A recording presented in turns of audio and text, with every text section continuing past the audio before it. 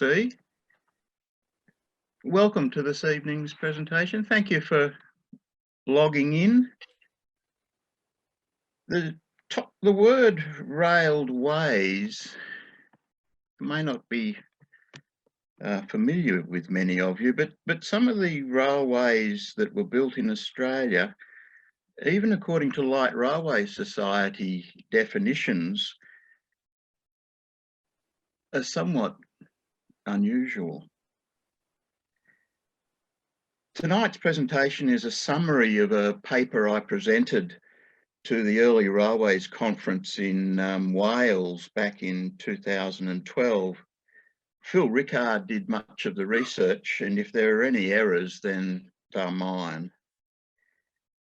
The dates mentioned herein ought not to be taken overly precisely because it depends very much on the source to which one is quoting. Not all of you may agree with some of the things I say tonight. Tough. You can contact me later.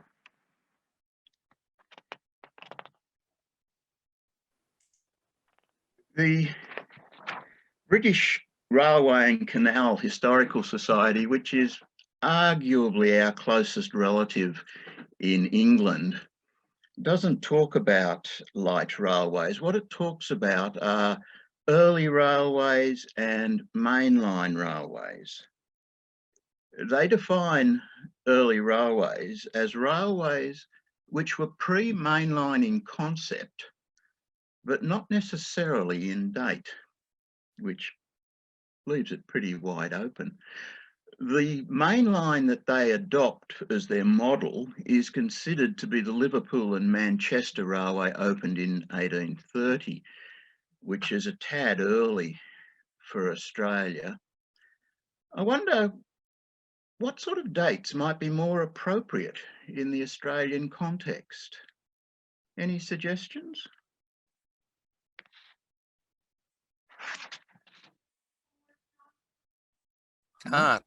Convict railways. Convict railways, yes. So where and when was Australia's what we would call first light railway? Any suggestions? Tasmania. That's a state, not a place. Newcastle. That's a town. Everyone, if you want to join in, just press your space bar and that will temporarily unmute you. Eagle Hog now. Yeah, so that's in Tasmania. Port Arthur to the Bay. Oh, that's just popular culture. It's wrong. Let's try a simpler question. Where and when was Australia's first mainline railway? Using the British definition. Go ahead. Goolwa to Port Elliot, which finally won the battle versus Hobson's Bay to Sandridge, is being recognised as our first proper public railway. I beg to differ. What Phil and I concluded that we assert that the Sydney Parramatta line was the first Australian mainline railway that in any way equates with the Liverpool and Manchester Railway. During the 1950, or in preparation of the 1954 anniversary in New South Wales, the ARHS was asked, when was the first railway in Australia? And they said that a railway was defined by mechanical locomotion. Now, from our point of view, I suggest that is just laughable. We assert that the Sydney to Parramatta Railway, instead of using a technical sort of engineering definition, we adopt an Australian cultural icon in that it conquered the tyranny of distance, which David Blaney made famous in his book of some years ago, many years ago now. The line, while Goolwa to Port, whatever it was called, it was only a short railway. It wasn't really intended to go any further than that.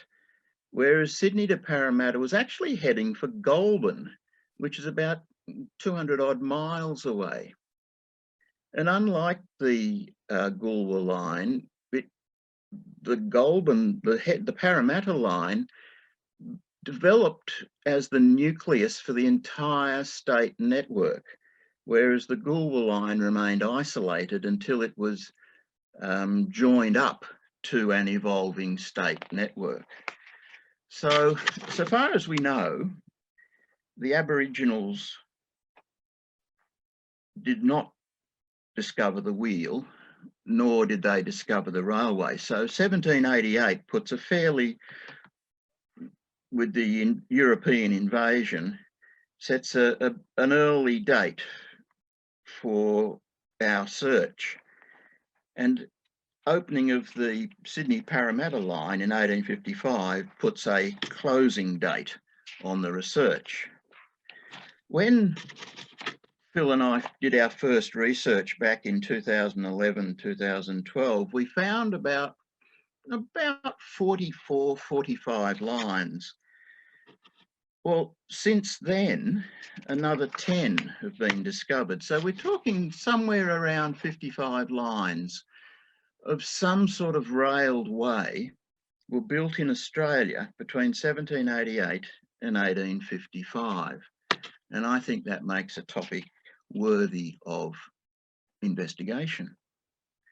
The first that we know of was sometime shortly before 1829, when a jetty on Darlington off the east coast of, on an island off the east coast of Tasmania, was established as a penal colony.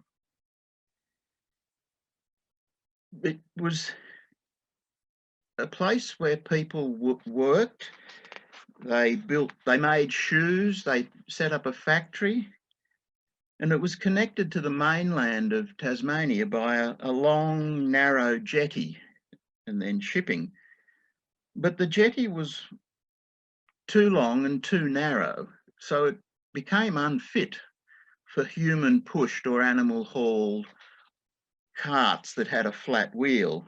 And so what they did was they laid a railway along it from the end where they erected a crane to the landward end where it ceased.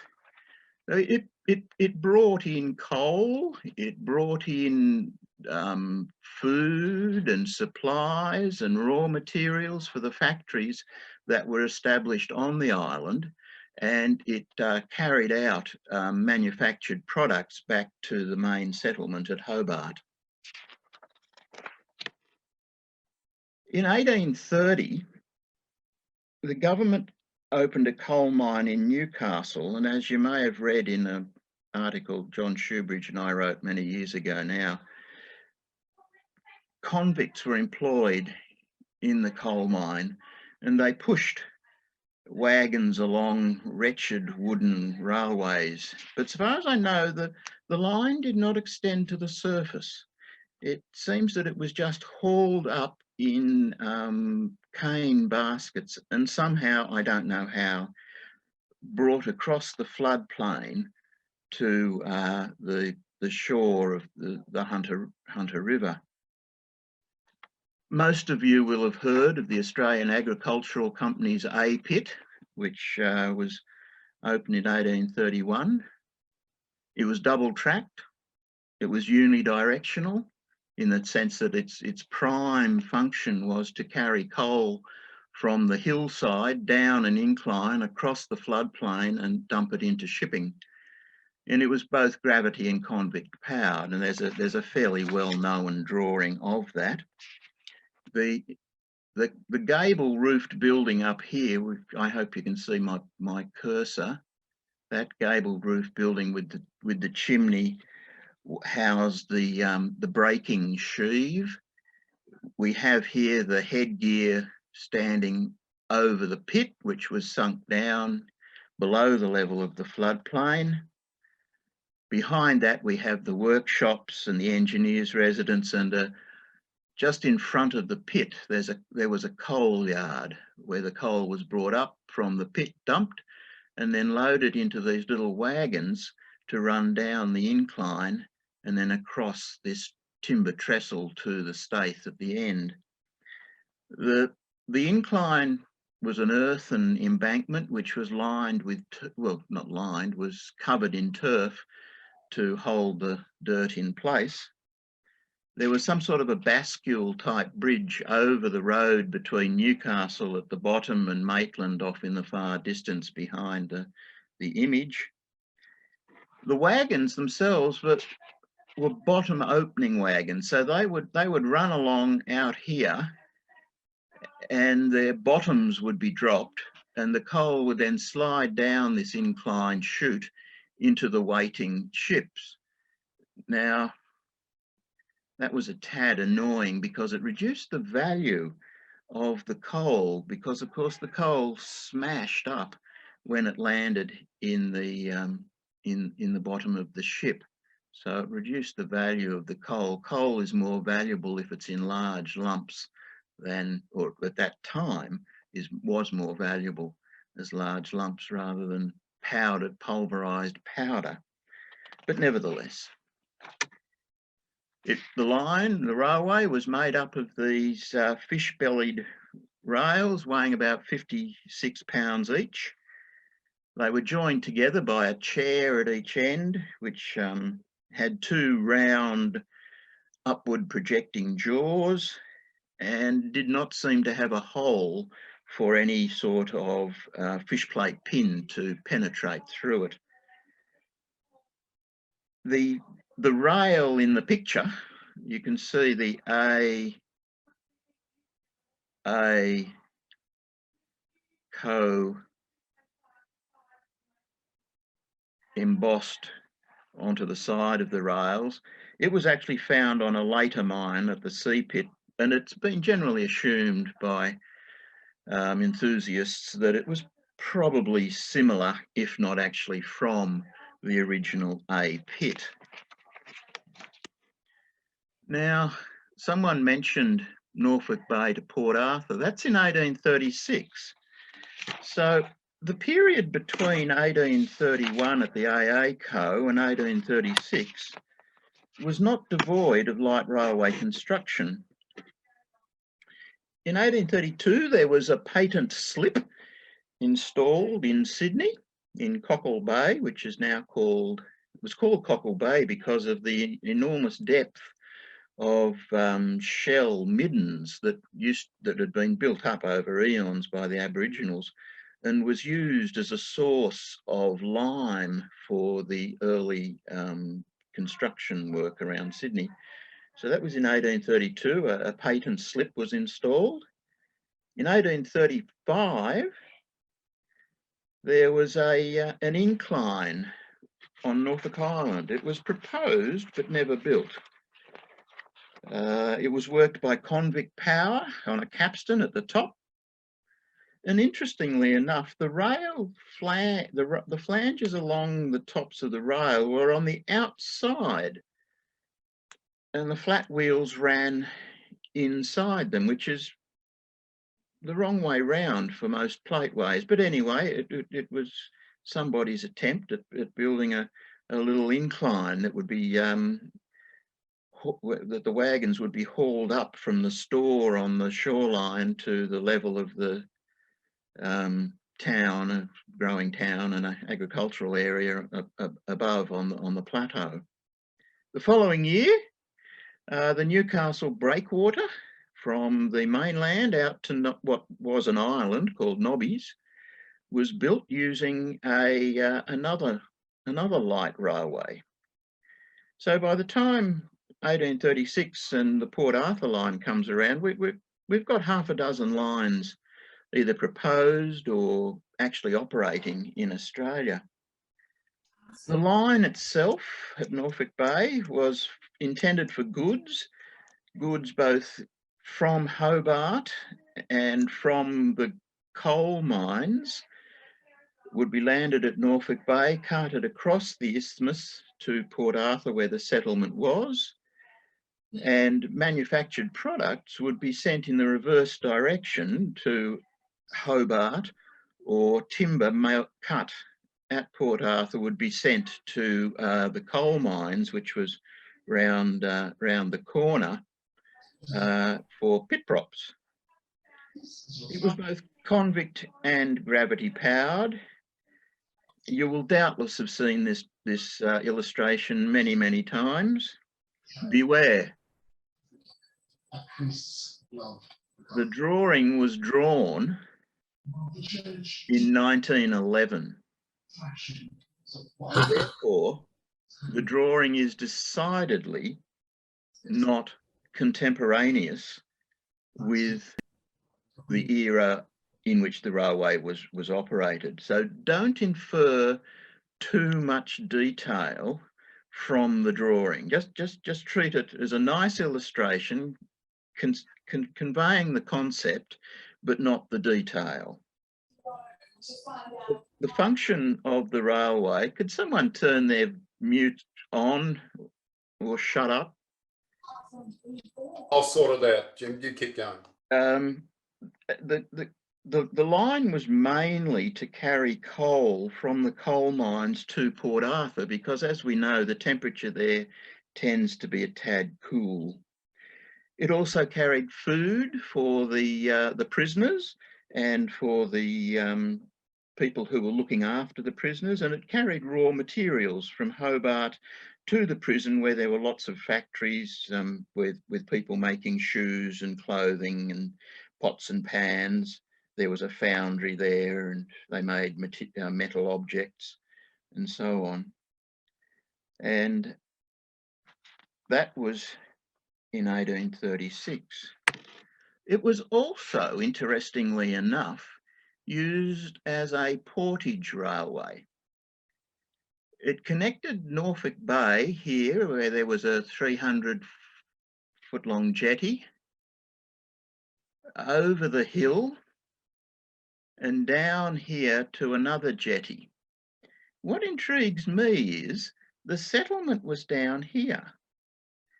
For some reason unknown to me, the line that is a road, not the line. That is a road. The line did not continue down to the actual settlement. So either goods were transshipped onto boats at this jetty and brought down to the settlement, or they were transferred onto horse and cart and brought down the road. Why the gap? I haven't a clue. But what we do know is that at Port Arthur, there was a boatyard. Of course, the government didn't like boatyards because the convicts could pinch the boats and abscond, which of course was the story behind finding coal at Newcastle. But anyway, the railway, some of the wagons had cradles fitted to them for carrying boats from the Hobart side across the peninsula to be repaired at the boatyard, and also they made boats in the boatyard at Port Arthur, and the boats would be taken in the cradles on the wagons across to the jetty at Norfolk Bay. So, in a sense, it was a portage railway, which is maybe a bit unusual for Australia. There weren't that many of them, maybe half a dozen if you were to scratch your heads.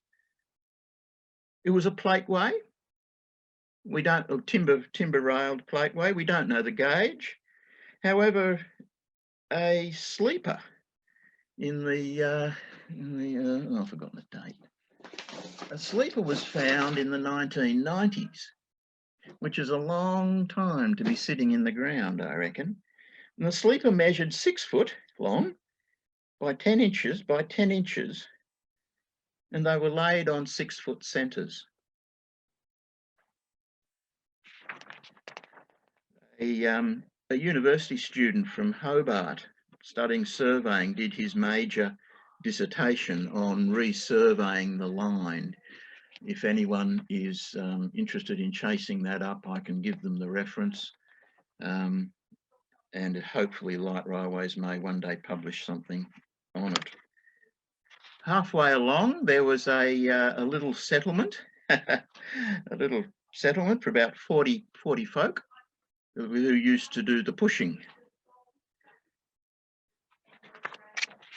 A crew barracks, 2 hutments with a cookhouse and 2 sleeping huts for the men who push the wagons. And as somebody suggested at the beginning, Australia's first railway, it wasn't.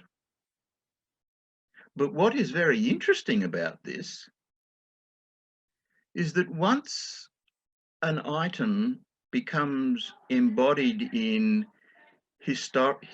popular history, it becomes almost impossible to expunge, no matter how much hard evidence you can produce. This railway will go down in Australian popular culture. The same with the Goolwa one, the same with the Melbourne one, as the first railway in Australia. They weren't. In 1836, there were a couple of lines built. One was a portage railway across Eagle Hawk Neck. Now, you may know of Eagle Hawk Neck as the infamous dog line, where dogs were chained up at close centres, and some were even positioned on little pontoons out in the bay to deter convicts from swimming across the bay from the isthmus to the mainland. It was proposed, and from all the plans of that period that we've been able to access, which there are a few, none of them, and all the artist illustrations from that period, none of them show a tramway.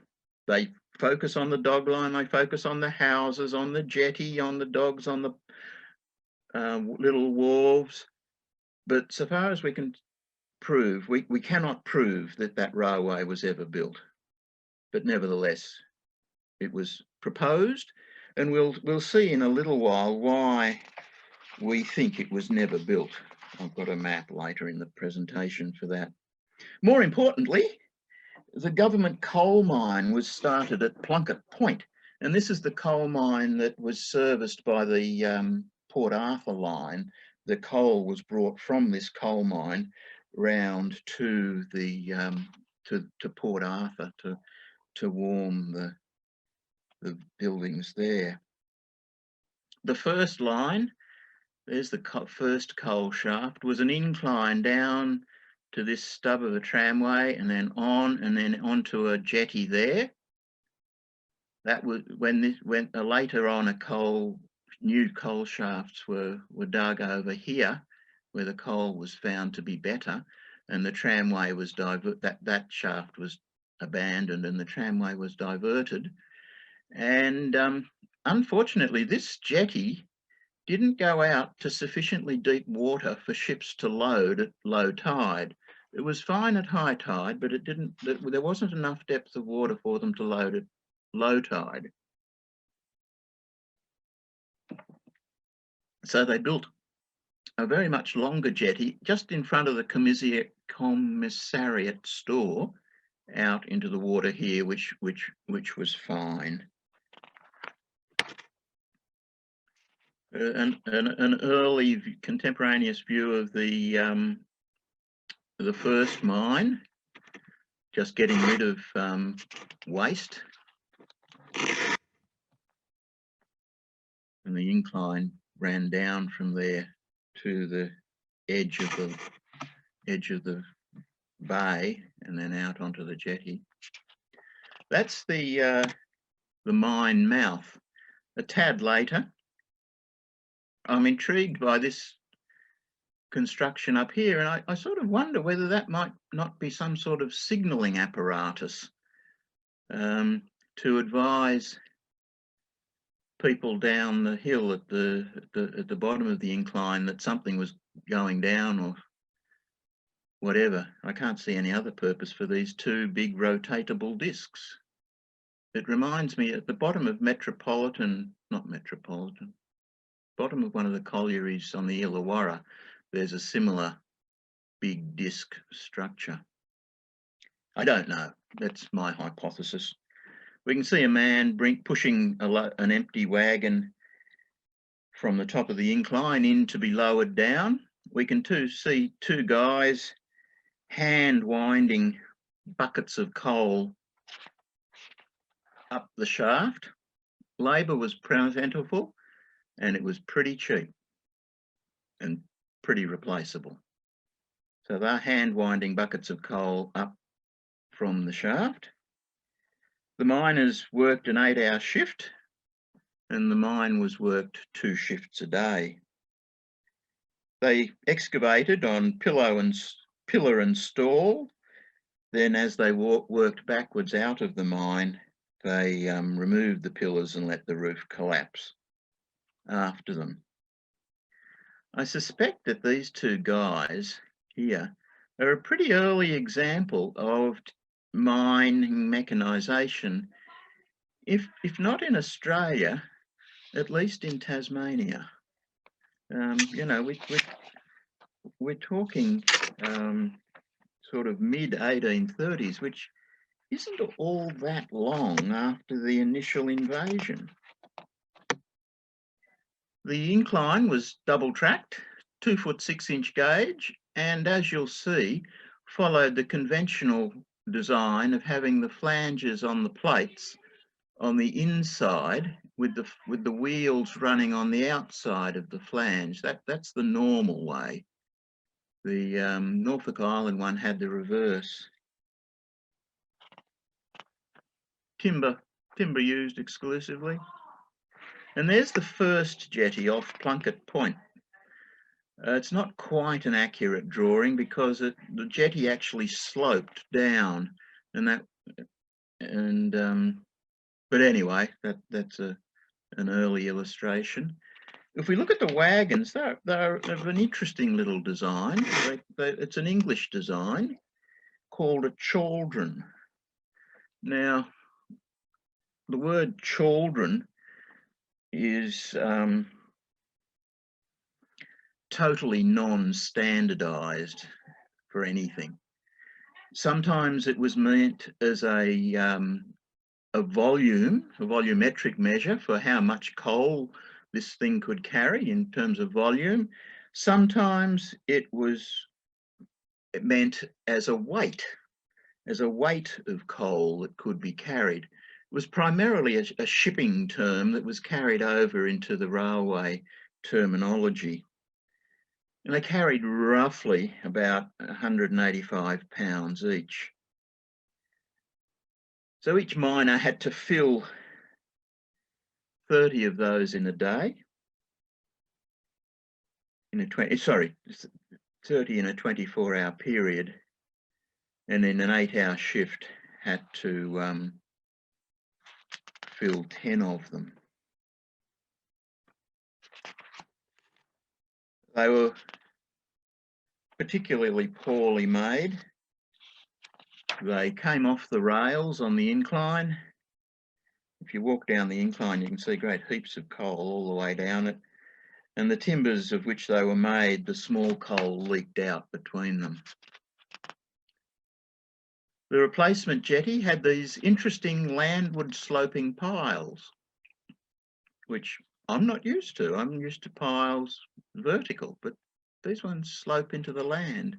And again, you'll see, where's my cursor going? You'll see up here, there's two double track jetty up there.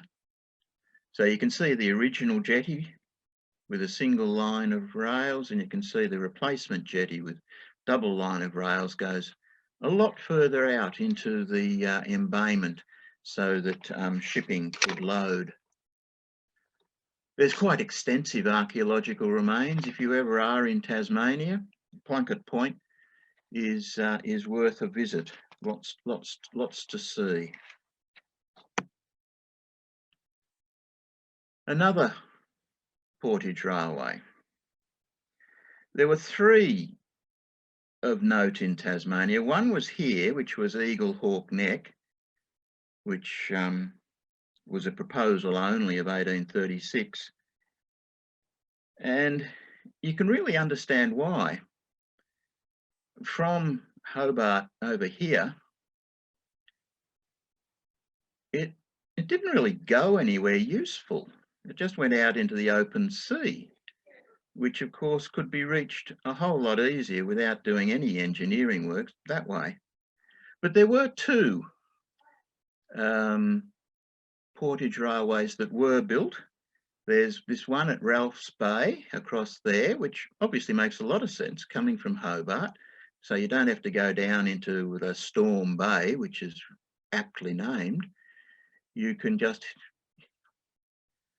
gallop across the isthmus and head on your way to Port Arthur, which was of course your major port of call, or you could go up here towards Darlington, which we mentioned earlier.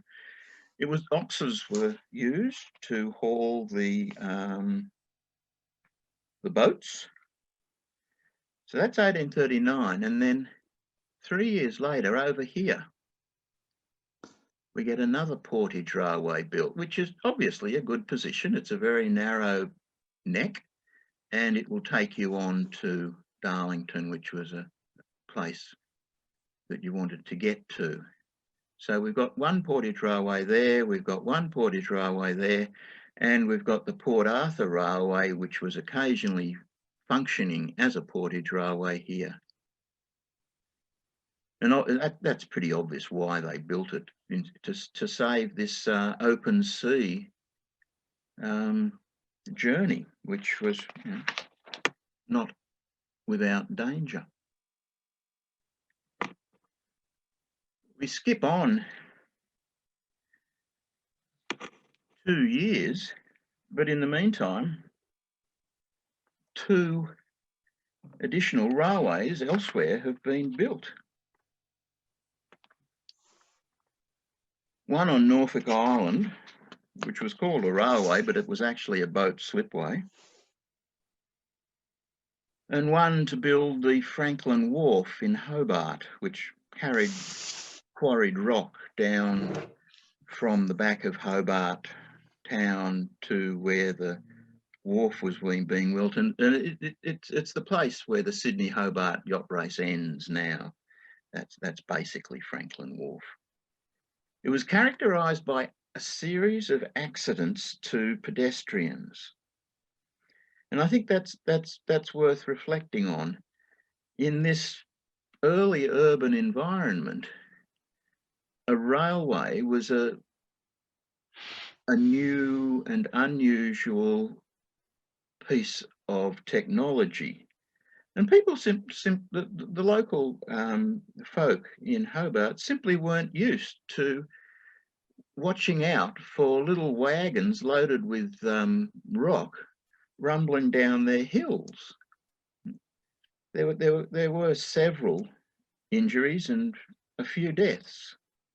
And I think it was just the local folk were very inexperienced in interacting with this new form of danger. I suspect also the railway authority, who was building the wharf and really didn't care about the people so much, I think as the operating authority, it was also probably a first and a very early, if not first, experience with a railway in an urban setting, on which they should have exercised some care.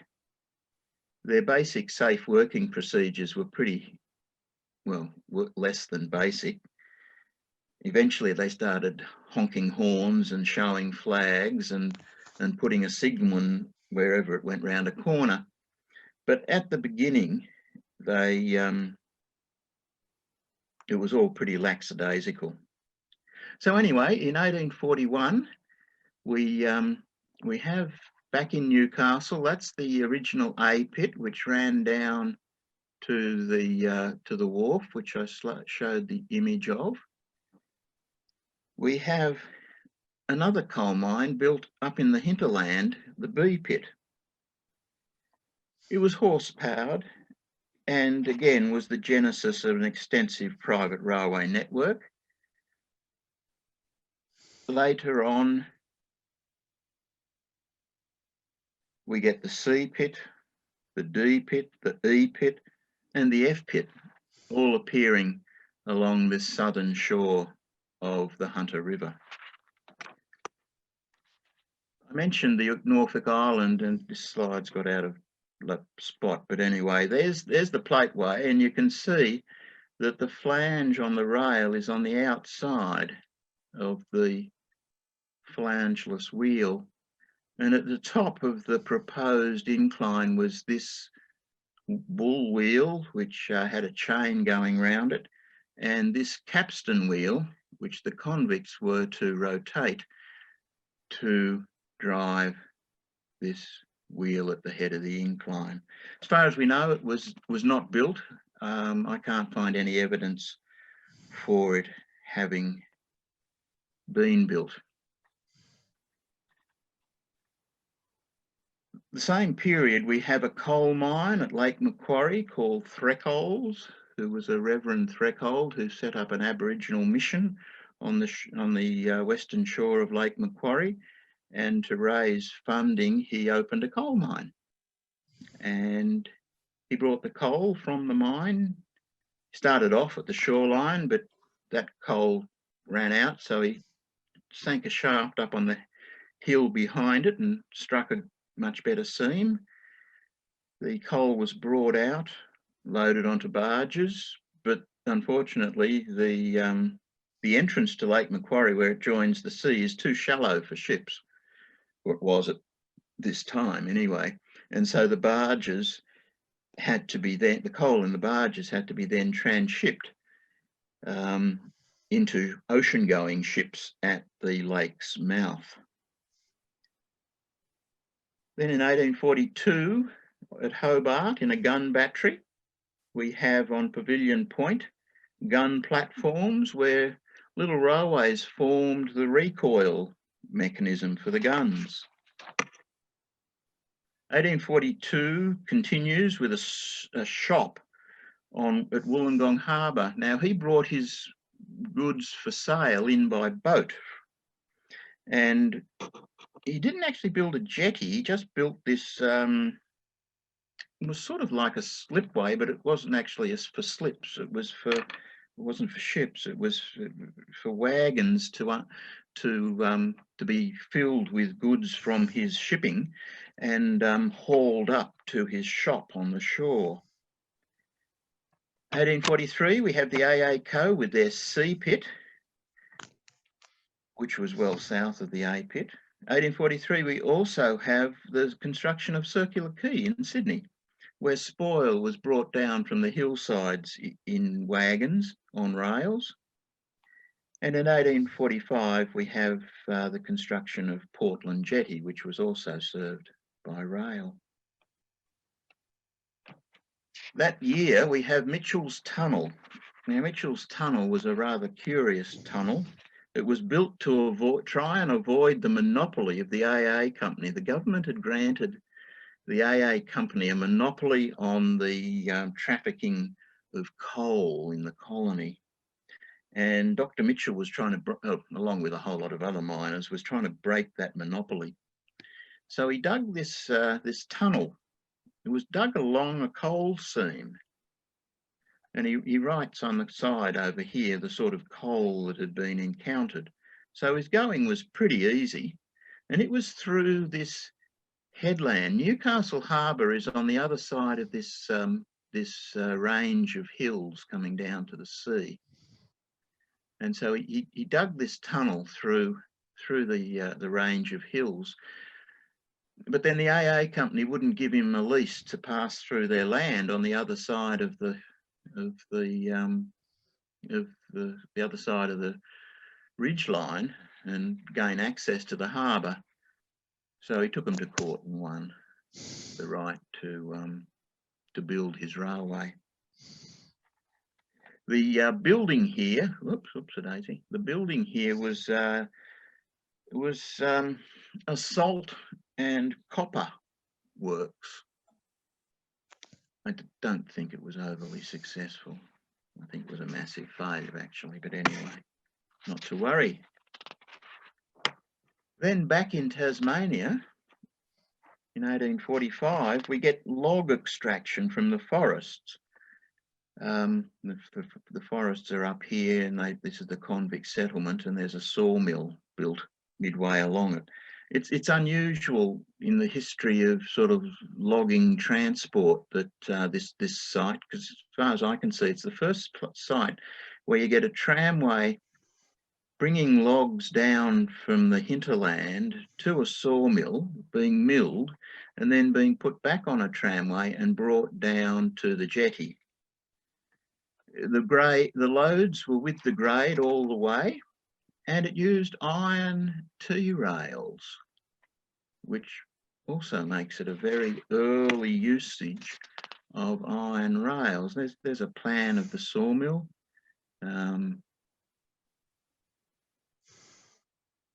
And a T-rail, if you don't know, looks like that.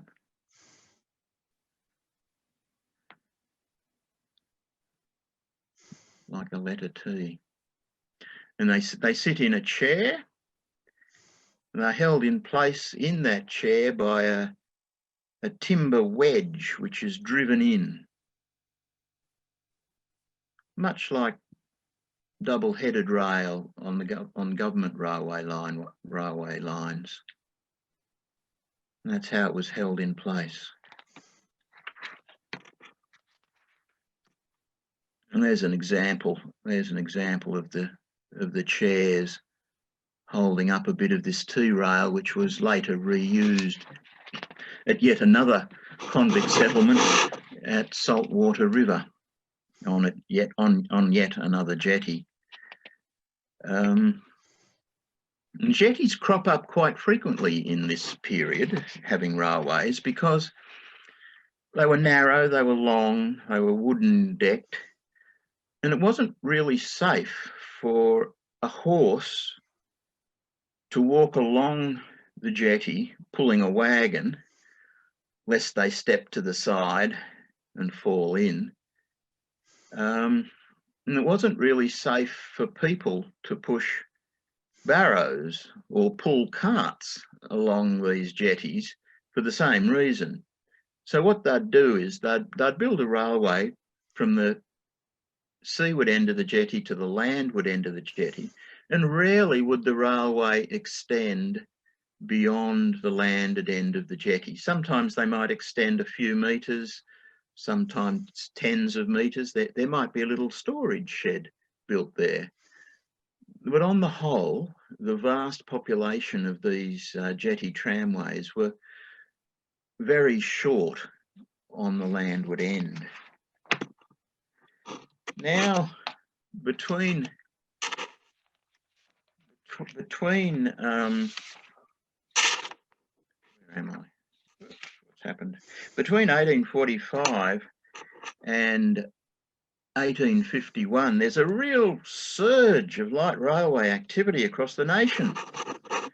There's a probation station at Southport, which brought logs from a sawmill to a jetty, and it also brought firewood to a jetty because Hobart was running short of wood to burn.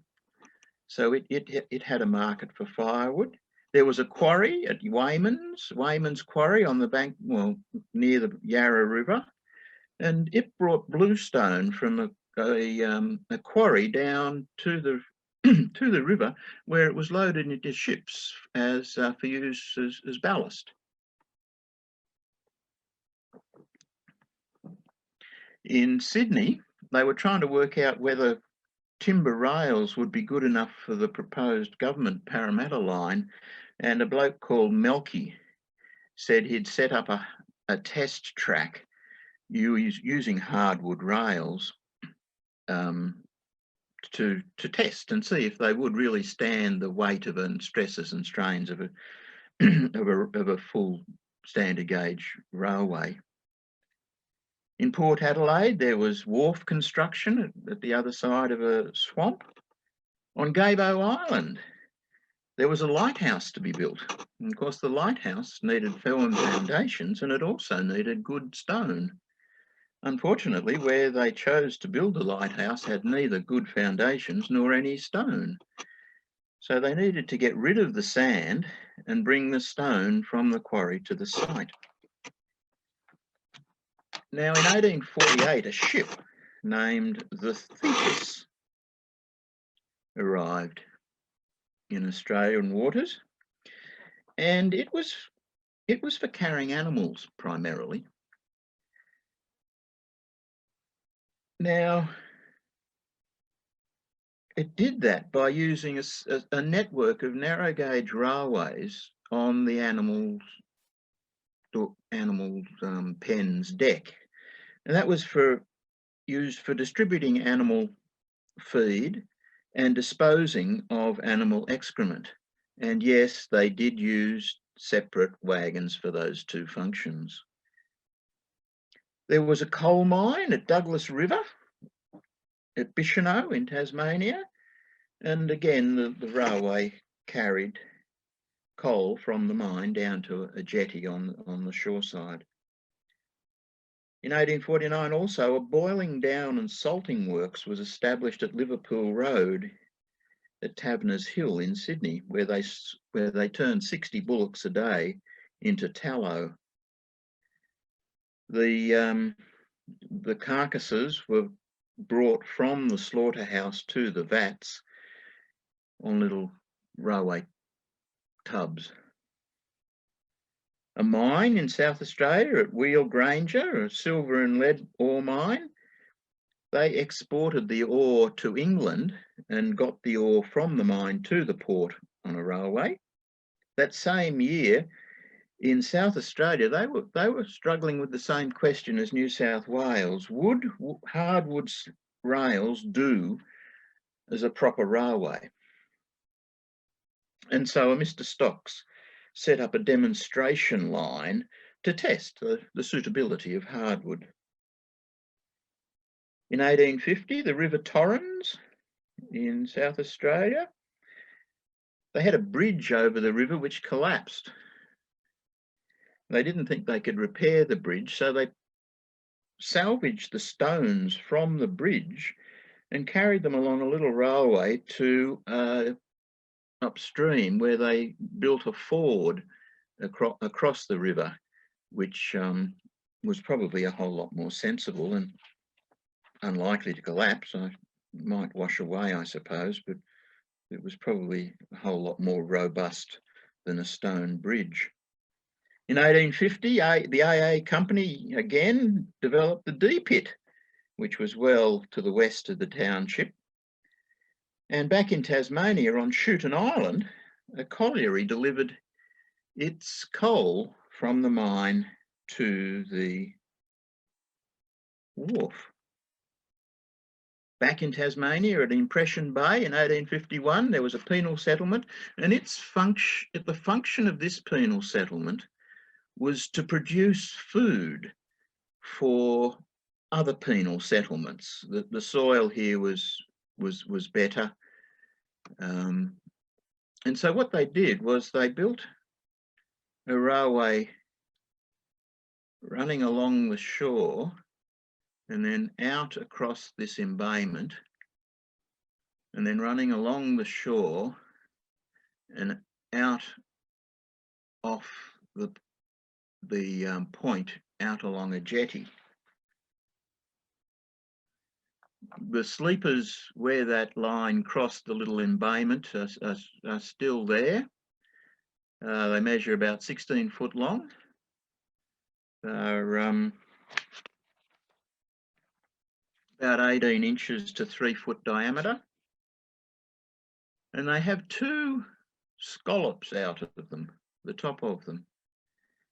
Now, I suspect, though I cannot prove, that those scallops were to lay the bed logs along which supported the sleepers, which supported the rails. There are a couple that have they have holes bored down into them with the remnants of square pegs.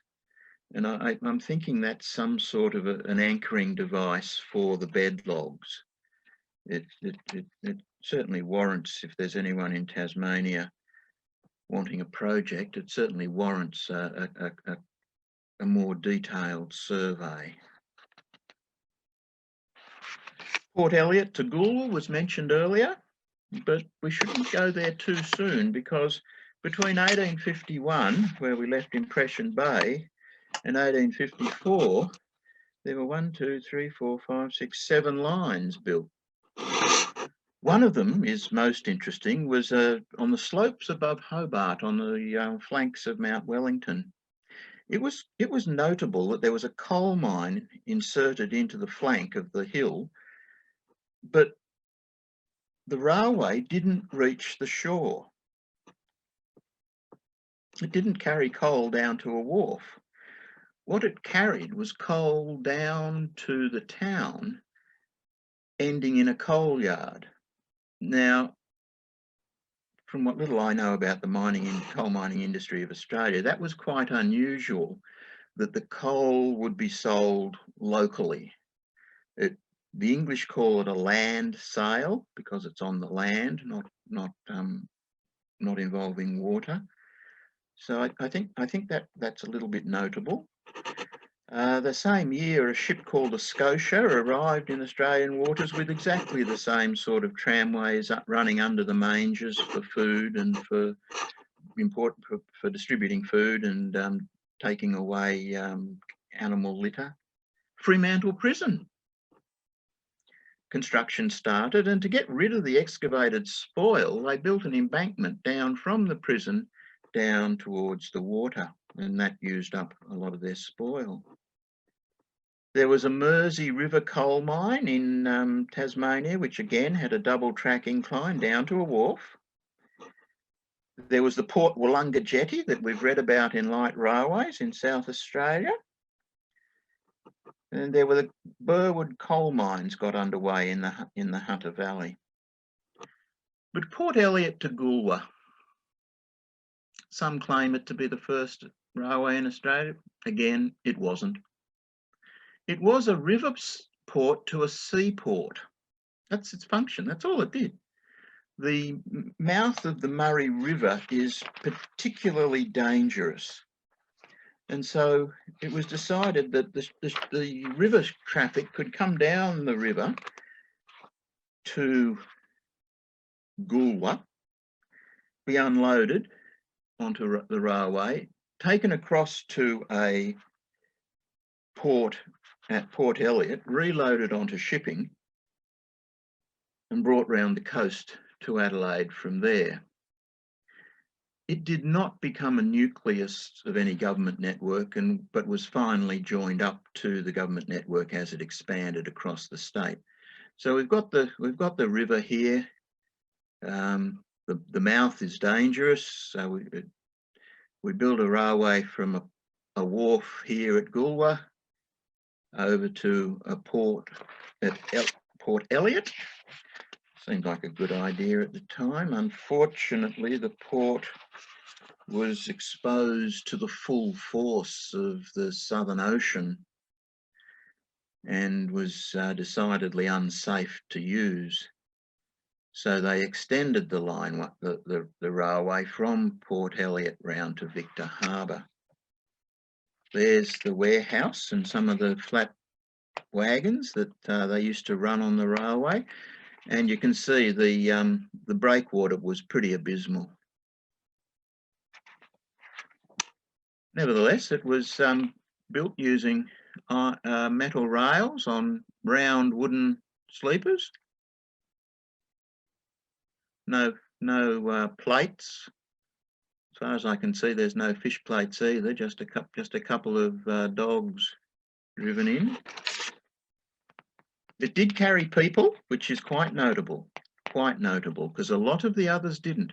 Although, of course, anyone in a mine, living at the mine, that had a toothache and wanted to go to the doctor in Newcastle would hitch a ride on a coal wagon, and unfortunately sometimes grief, in which case they'd get written up in the newspaper. But it was intended to carry passengers. It was a sort of a test case to see what 5 foot 3 inch gauge railways might be, whether they might be a proposition for South Australia. During the 1954 celebration, they built a replica. Melbourne, Sandridge, some people will argue that it was Australia's first railway, and again it wasn't. All it was a long jetty railway. Yes, it had engines of sorts, but it did not become the nucleus of the government network for the state. Sorry, folks. That same year, we have 3 other railways.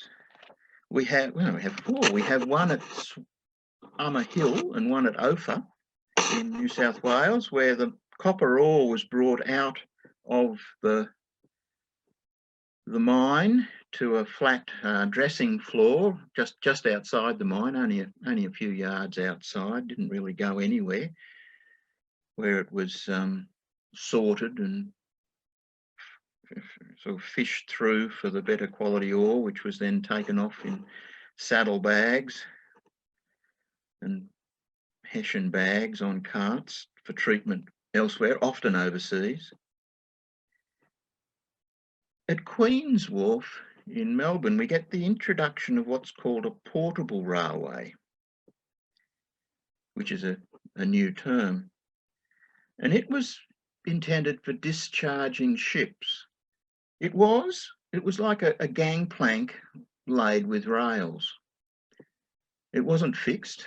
It could be moved to wherever the ship was berthed and laid from the wharf up onto the ship's deck or coaming, and it was for discharging goods from vessels. Back in Tasmania, we get yet another sawmill to jetty railway. We get a gold mine at Nundle, which is in New South Wales. When it brought the gold ore from the mine down to a creek where the ore was washed. And those that have an interest in terminology might be interested to know that this was called a locomotive. And yet we have there is an image of Mr. Madgwick pushing his little 4-wheeled wooden cart full of gold ore. But they call this whole device, the cart, the wheels, the rails, the track, a locomotive. So this is, this is 1854. It's pretty early in the development of Australian railway technology, I guess. So language can become a really interesting. I found a reference when I was looking up railways, and what they were talking about was a fence. The fence was post and rail. They called it a railway. It's a lot of fun digging in Trove, a lot of fun. That same year, 1854, we get the Yankalilla jetty in south of Adelaide, and you can read about that in Light Railways again. Now, I mentioned earlier with the Port Arthur railways how once a myth becomes established in popular culture, it's almost impossible to disprove it. The same happened in New South Wales. There was a quarry at Pennant Hills and a wharf at Ermington.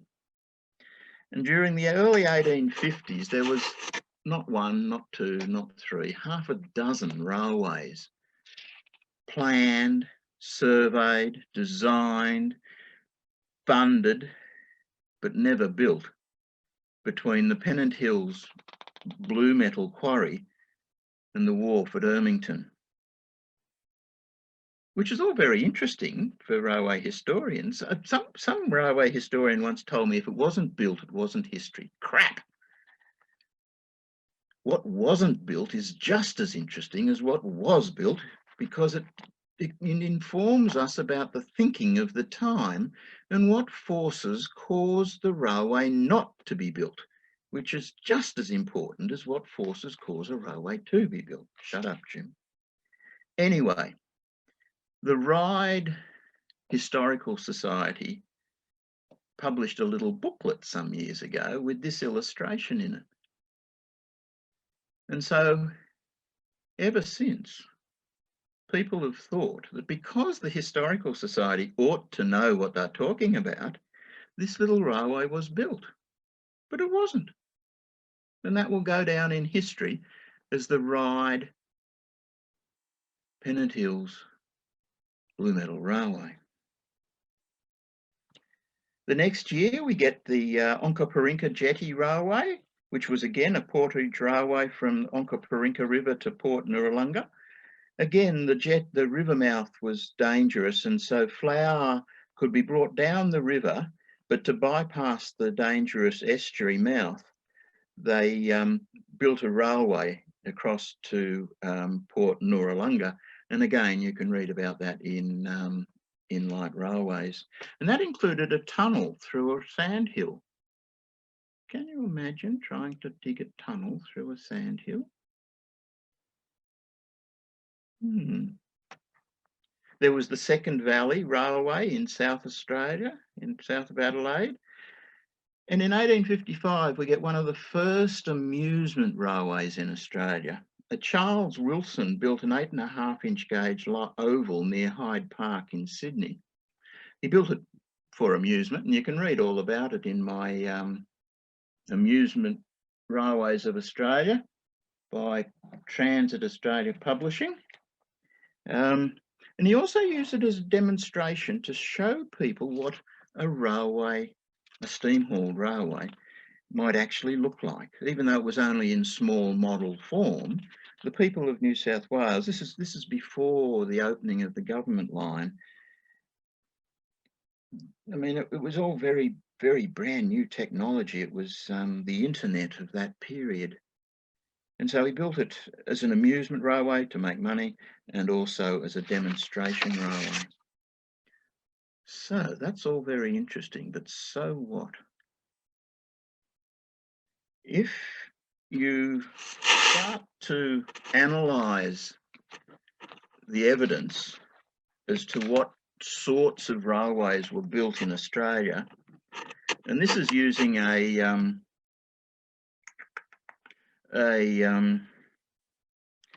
typology that was developed by Andy Guy in Britain to analyse unusual, atypical, he called them atypical early railways, because most early railways in England were simple, just bring the coal down from the mine to a canal. But he found a few different sorts, hardly any, but our population distribution is quite different to the British population distribution. We get 15 where they brought the ore or the coal from a mine down to a wharf. Only one to a mine to a land sale. We don't have many canals, but he's talking about urban railways, and we had 4 of those. Internal systems, we had 6. That's within a factory or within a flour mill or within a. We had a case in Sydney where the railway connected the wharf to a set of stone saws to produce flagging stones for the city. So that was an internal system. It didn't go off the premises at all. We've got 9 construction temporary ones, 7 jetties, and I've explained why they used it for jetties, 2 slipways. Is a slipway a light railway? I look forward to the definitive article on that topic. 4 where the mine did not, where the ore was carried from the mine to the processing without a railway continuing on to a waterway, sort of like a land sale. 4 portage railways, more than I thought. 2 demonstration lines, 1 amusement line, giving a total of 55, and that is not definitive. It's just as far as Phil and I know, between 1788 and 1855. Well, that's all very interesting, but so what? The answer to the question is, why bother building an early railway? Simple, it's power. In 1838, 1 English nag could haul on the level as a pack horse 1/8 of a tonne. The same nag could haul in a railway wagon running on iron rails 8 tonnes. That is 64 times the power of that 1 nag. The railway, even in these days, before 1855, was recognised as an enormous, almost uncalculable boost to productivity, transportation productivity. 64 times.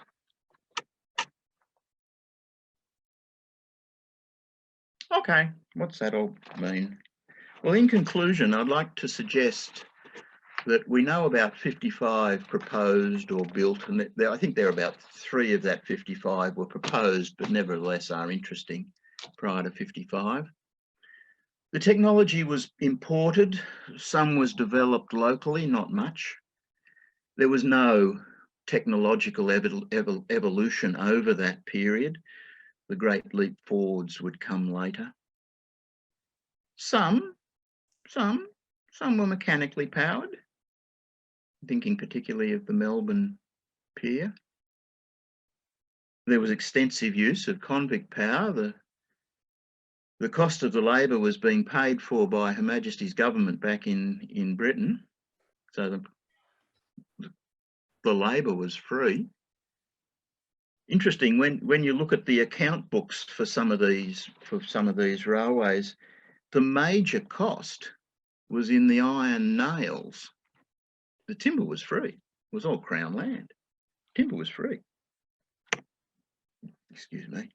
The major cost in the Norfolk Bay to Port Arthur Railway was the nails.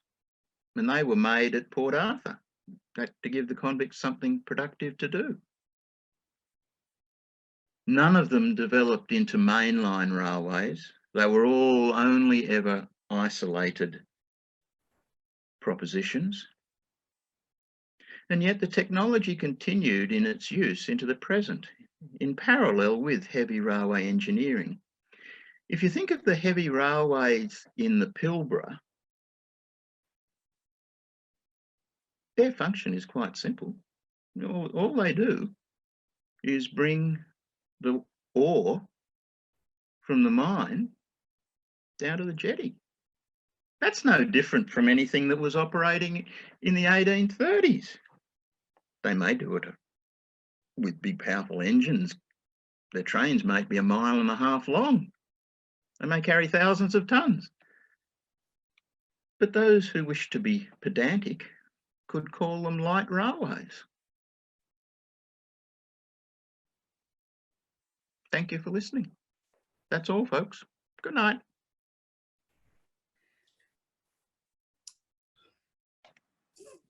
Thank you very much, Jim. That was very interesting and enlightening. Thank you so much for that. Now, is there anyone got any questions for Jim? I was interested, Jim, in, well, firstly, thanks very much for a very interesting talk. I learned a lot there. Very good geography lesson too. You're talking about the power of what the English pack horse could pull, and a railway wagon on iron rails. I didn't get that figure because I've been trying to take notes here. Can you remind me what that was, please? As a pack horse in 1838, Yeah, it could haul 1/8 of a ton. got that. Yeah, yeah. In a railway wagon running on iron rails, it could haul 8 tons, which is 64 times. Yeah, gotcha. I understand that. That's answered my question. Thank you very much. Yeah. The other figures were most interesting, but they're most enlightening talk. Thank you. It's interesting that a barge on a river would haul 30 tons, but a barge on a canal would haul 50 tons. I assume that's because the river has all sorts of eddies and currents which act against the barge, whereas a canal is pretty much stagnant water. Certainly flows very slowly. Yeah, I think that would be a very sensible explanation. Yeah, yeah. So thank you. That's been really interesting. It's been a very pleasant experience. Thank you. Pleasure. Yeah. I would agree. Wonderfully presented, loads of interesting information and illustrations there. Thank you for all the research. Really well done. Thank you. Thank you. Pleasure. Maybe one day, if I can persuade those in power in Melbourne, society might deign to publish it as a paperback saddle-staped manuscript. Only if I can twist some arms in the power brokers in Melbourne. That's a plug, by the way. You should all write in. You should all send an email saying, this is wonderful. We would endorse it immensely and we'd all buy a copy. Jim, I just got a question. Nigel here from New South Wales, and Bev. I've got a question relating with all the lines you've mentioned. Did any of them go on to have any kind of locomotion, last long enough to have any kind of steam technology locomotion, and also an upgrade with the rails, of course, as the technology moved on? Oh yes, certainly. But well, for a start, the Melbourne Jetty line had locomotives of a sort from the very date of opening, though they failed, but they were later replaced with proper locomotives. And of course, all the coal mines in Newcastle and Burwood, they all went standard gauge, and they all had locomotive power, and you can read about them in any of what's his name, Brian Andrews' books. Yes, so a couple did, but not many. No, a couple. Yep. One of the issues at stake tonight, I agree with 98% of the talk and love 98%. One of the differences between Goolwa and Sandridge and the others is that these two were common carriers. Anybody could rock up and pay for a fare. Now, just about all of the others were totally in-house, run by a government department for its own internal needs, run by a coal mining company for its own internal needs. Who was responsible for the portage railways and whose boats were allowed to use them, and who paid a fee to whom? Some started out as private railways, and anybody had to buy a ticket to have their boat carted across. One of those started wanting to charge the government. One of those would carry the government boats for free, but he worked out that there was actually money to be made in this, and so he started charging the government for carrying government boats. The government got the hump with that and took it over. The others were essentially private railways.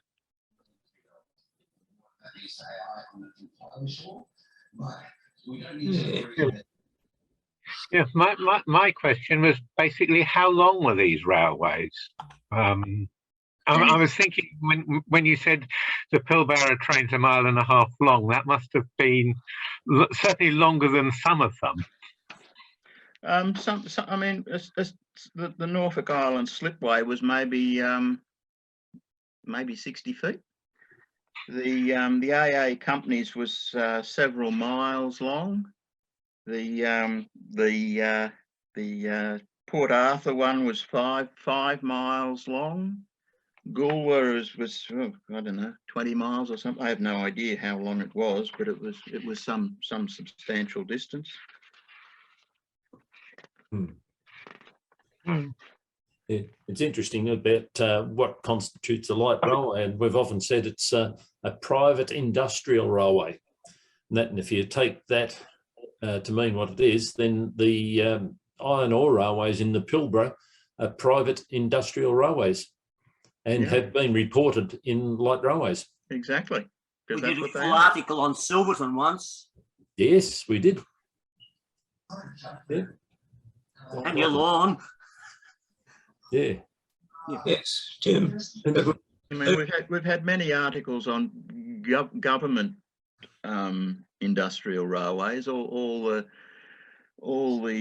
breakwater railways up and down the coast of New South Wales were public works government railways.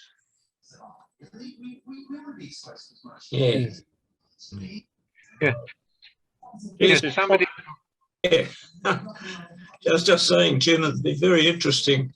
I suppose we've done this. Oops. We've lost your sound. just while you're thinking, while he's coming back, we live in the Illawarra, and there's quite a number. The Mount Kira, Bulli, Corrimal, they all had private railways. What's interesting, Mount Kira had a different gauge, while the standing gauge was coming through on the main line, which they converted later. Yeah, Mount Standing, which Pleasant. came down to Wollongong Harbour. Yeah, Mount It's Pleasant quite had a different gauge too. Yeah, Mount Pleasant, 3 Yeah. foot. I think it was 3'8" and exactly a foot smaller than standing gauge, which is quite interesting, isn't it? Whether that was some obscure European engineer, I don't know. But there are some articles in the editor's inbox on some of those Illawarra lines, and of course a lot of them were covered by Giff Erdley in his Transporting the Black Diamond book back in the, oh god, I don't know, 1950s or something. Yeah. And there have been a few in Australian Railway Historical Society's bulletin as well, but there are a few more coming in light railways as well. Yeah, another, to quote Mike McCarthy, another thing about light railways, what defines a light railways is the word quirky. Well, we got them in spades. Oh, absolutely. That's the interest. I mean, that's what defines us odd rails are us. Yeah. I agree with that. That's, you know, we used to try and define what we're about, and that's an answer, a question you just can't answer. And if it fits, it fits. Exactly. Yeah. If it looks like it fits, it fits. Some things fit occasionally, but I think the great thing is we don't define it. We just try and cover what seems to interest people and what's not being covered elsewhere. I mean, Pilbara clearly isn't a light railway. It's not. But, you know, it's interesting. So, okay, it gets a mention. Yeah. I had saw a presentation by somebody in the UK who basically defined a light railway as a railway built to meeting lower than normal standards, but in consequence having limitations to what it could do, which was very more generally at times, as an Englishman looking at Australia, it's almost a railway which wasn't part of the government networks.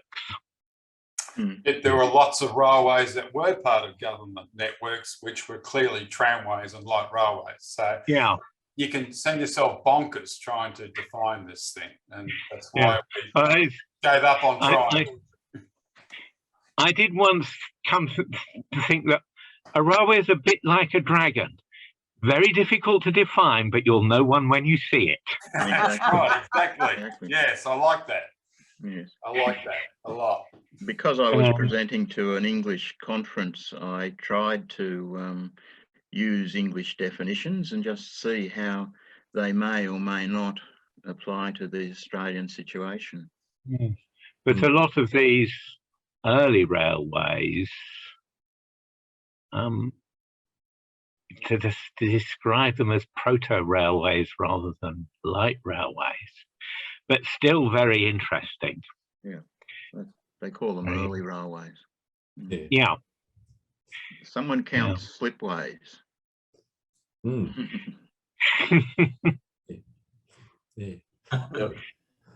Now, Phil Rickard, he's been doing a lot of research in recent years of jetty tramways of South Australia and other places, I believe. But that's an interesting thing in its own right. I was thinking about this amusement railway you were talking about. And how was it actually used? Did people actually sort of ride on it in some ways? Yeah, it was 8.5-inch gauge, and people bought a ticket to ride on it and go round in a circle. And he made up a tunnel out of a tarpaulin, so people could see what going through a tunnel would be like. So it was. How was it powered? With a live steam locomotive. Yeah. Quite a few of those. So very much like things which can be found in an awful lot of parks around the world. That's right. Yeah. That's right. I found dozens of them in Australia. Yeah. One I think of in particular is at the Melbourne Zoo. Yeah. Circular track there. It was a circular track, and the locomotive was made to only go around corners. It was one big corner. And that had a tunnel on it, and you would actually get on it and do 2 laps, then get off. Once you got off, then you went and had a ride on the elephant. Yeah, if anyone's interested, they should purchase a copy of Amusement Railways of Australia by Jim Longworth. Yeah. Oh, yeah. Maybe the Society should even stock it in their bookstall. I don't mind giving myself a plug. Yeah. Oh, well, that's all right. It was the Dutch for their 150th anniversary put down a circle of track. There was a platform for you to get on and off the train which went round the circle, and there was a tunnel made out of corrugated iron to form a hill. It was built round the railway. Talk of 12-inch to the foot train set. Yeah, same at the Taronga Zoo in Sydney. And it lived on, of course, with the Sydney monorail. Yeah. And Diamond Valley Railway would probably qualify too. It's got two tunnels. That's a true miniature railway. Railway. Yeah. You could it's something you could debate for a long time. Not Yeah. right. Jim, I was just wondering how much research has gone into the Longworth things like that. I know there's been lots of books about various ones, but I'm just wondering about like what you produced tonight, the actual beginnings of trying to get timber out of the bush on wooden rail tracks and being dragged out by bullock carts and before they decided to put a rail with certain. Just a thought. We've got lots of books on the various ones, like Rubicon, and then Powertown and books like that. I've got quite a few of those. The actual formation, the beginnings of it all can be interesting. But thank you very much for tonight's presentation, Jim. It was most interesting, and I'm a bit into Australian history, and I find the railways were very much a part of it. Thanks. Great. Pleasure. Any more questions?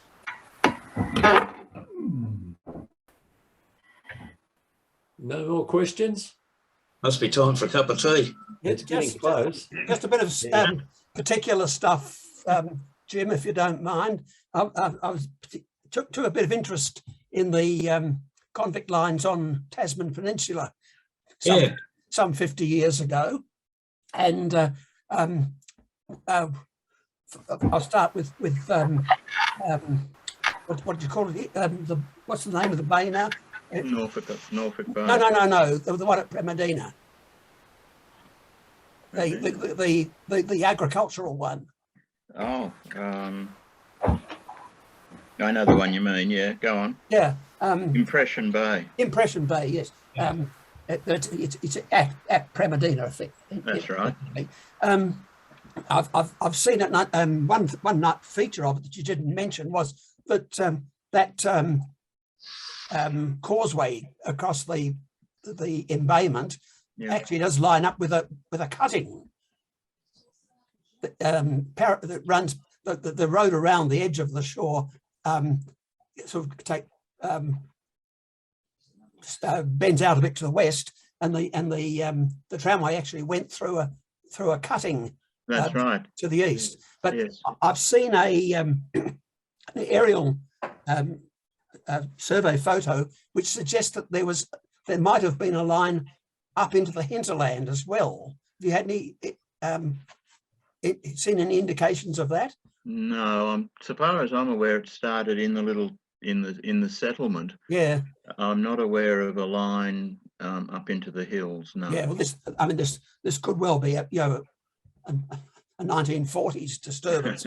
For all I know. it just looked a bit tantalising. But the other tantalising thing was around at Saltwater River. Yeah. You mentioned I didn't know where the jetty was there, but again, there's one of those causeways across the bay to the east of the actual Saltwater River point.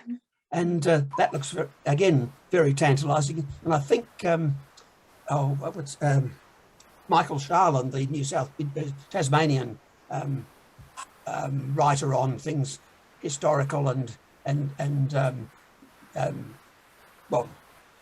generally Tasmanian, I think he asserts that it was some sort of railway, but it doesn't seem to actually lead anywhere. You get this line of logs across the head of the bay, and then it just seems to go nowhere. Well, if you'd like to email me what you've got on it, I'll have a look. Yeah, and there's even a bit of a sort of a disturbance of the land leading down to it, like a cutting, but it could just be a roadway, of course. Yeah.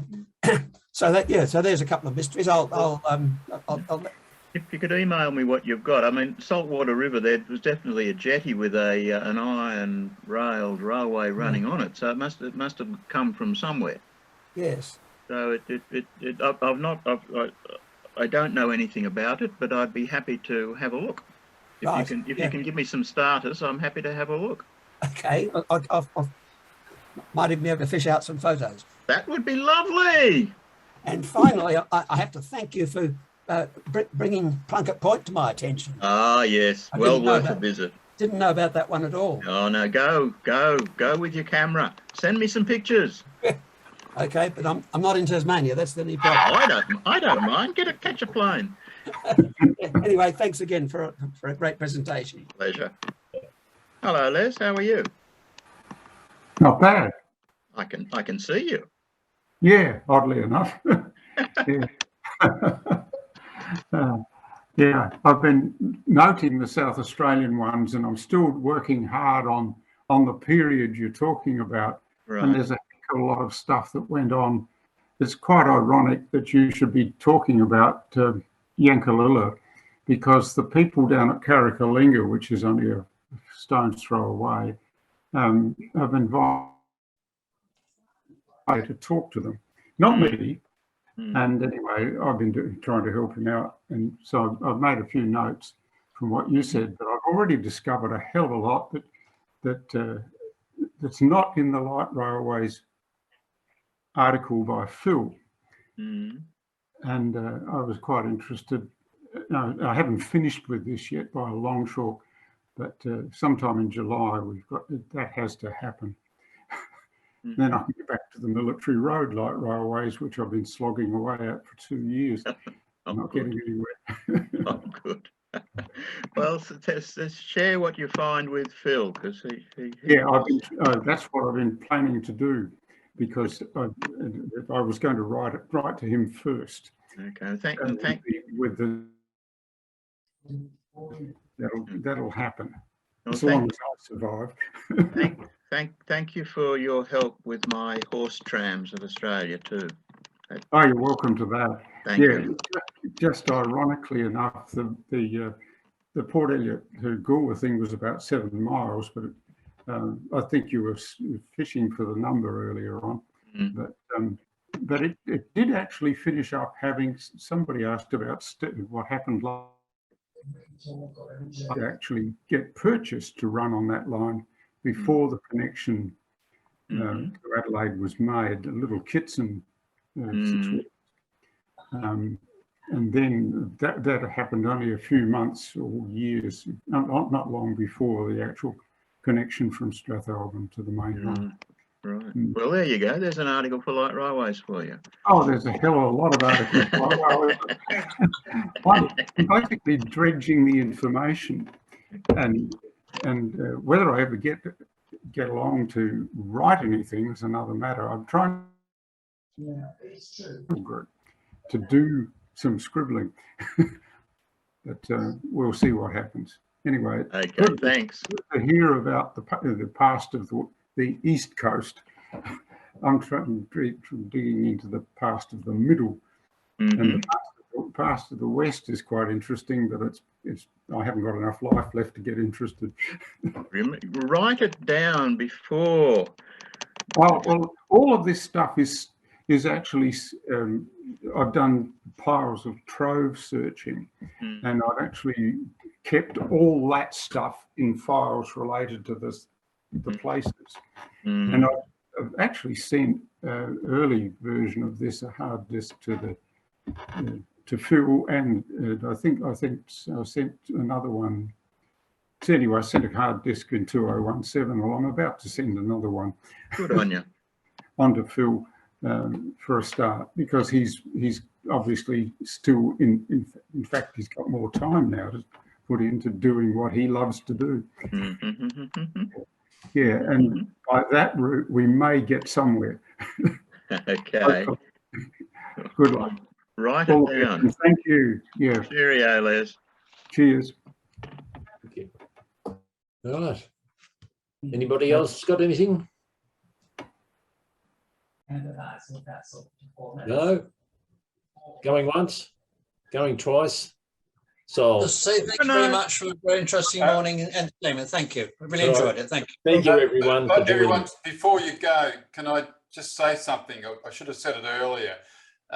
We've got an extra gathering happening next month. Normally we have this every 2 months, and but David Gian will be speaking about his latest book, Tramways, Coconuts and Phosphates. So I'll be talking about the tramways of Ocean Island and Nauru, and that'll happen in July, which is not a normal meeting month.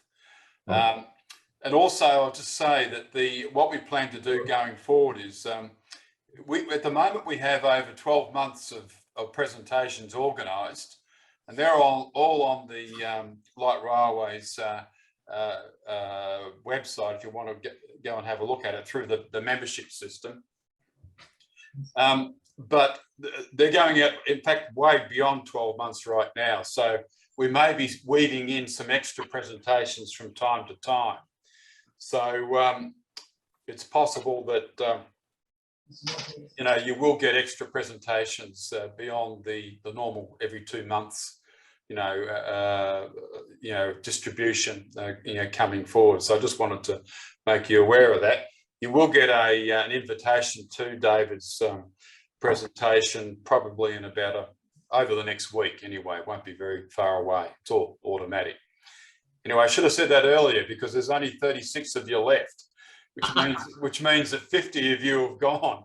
So that's a bit sad. I should have said it at the start. But anyway, you guys know what to expect. The rest will get a bit of a shock maybe. You'll send us an email or something, will you? It'll come out in the normal way. You'll get a notification and you'll register interest, all that sort of stuff. Great. So, it's just normal. Just so it'll be, an extra one in there that you may not have been expecting. Yeah. Well, I just got this month's copy of Light Rails from in the mail, and there's you guys have put a notification in there about the book being available. So great. Yeah. Great job. But this will be a presentation which will support the book. Yeah, good. It's a bonus presentation. Okay. And the message is there may be more bonus presentations as we go forward. All right. Well, that sounds pretty okay. And Bill, are they all being recorded and will appear on the website eventually? Yes, they are all recorded, and with one exception, which is one of Jim's first one, which we've got to sort out. All the presentations for the last year or so are all available on the website to see. There's a bit of a process in getting them up. It sometimes becomes a bit difficult, but it can take a couple of weeks before they appear, but they're all there. So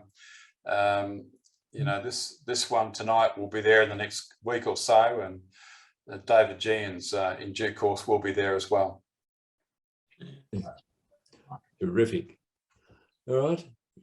Thank you, Mike, for all your efforts in getting these shows on the road. No worries, Bill.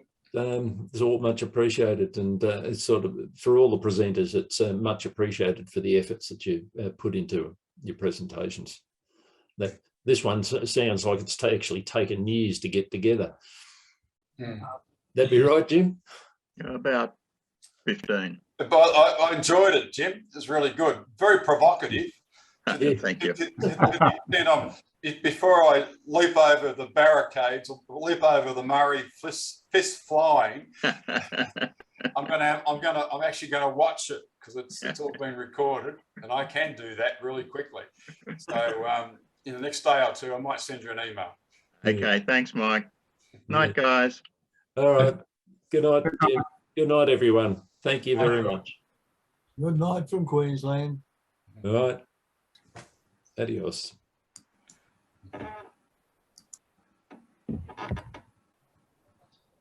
You've got to pull the plug.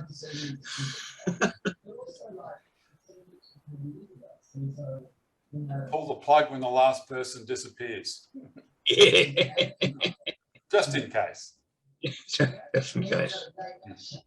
No, I found tonight's presentation very, very exciting, very informative. It was great. Thanks. Good on you, Neil. Yeah.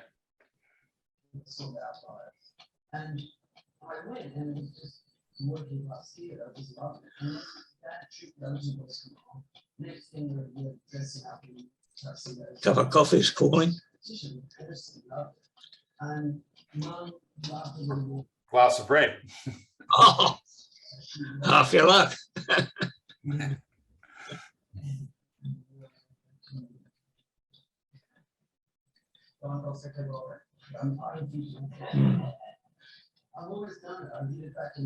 Okay. I think my cat's calling me. She wants to go outside. She gives me one of those very loud meows, which means ignore me at your peril. Okay. Right, Neil. See you next time. Okay. Blessings. Have a great month. Where's the switch gone? I've got a switch. Okay, well, I'll send us all into oblivion now. Okay, night all. There's 6 of us left. Here we go.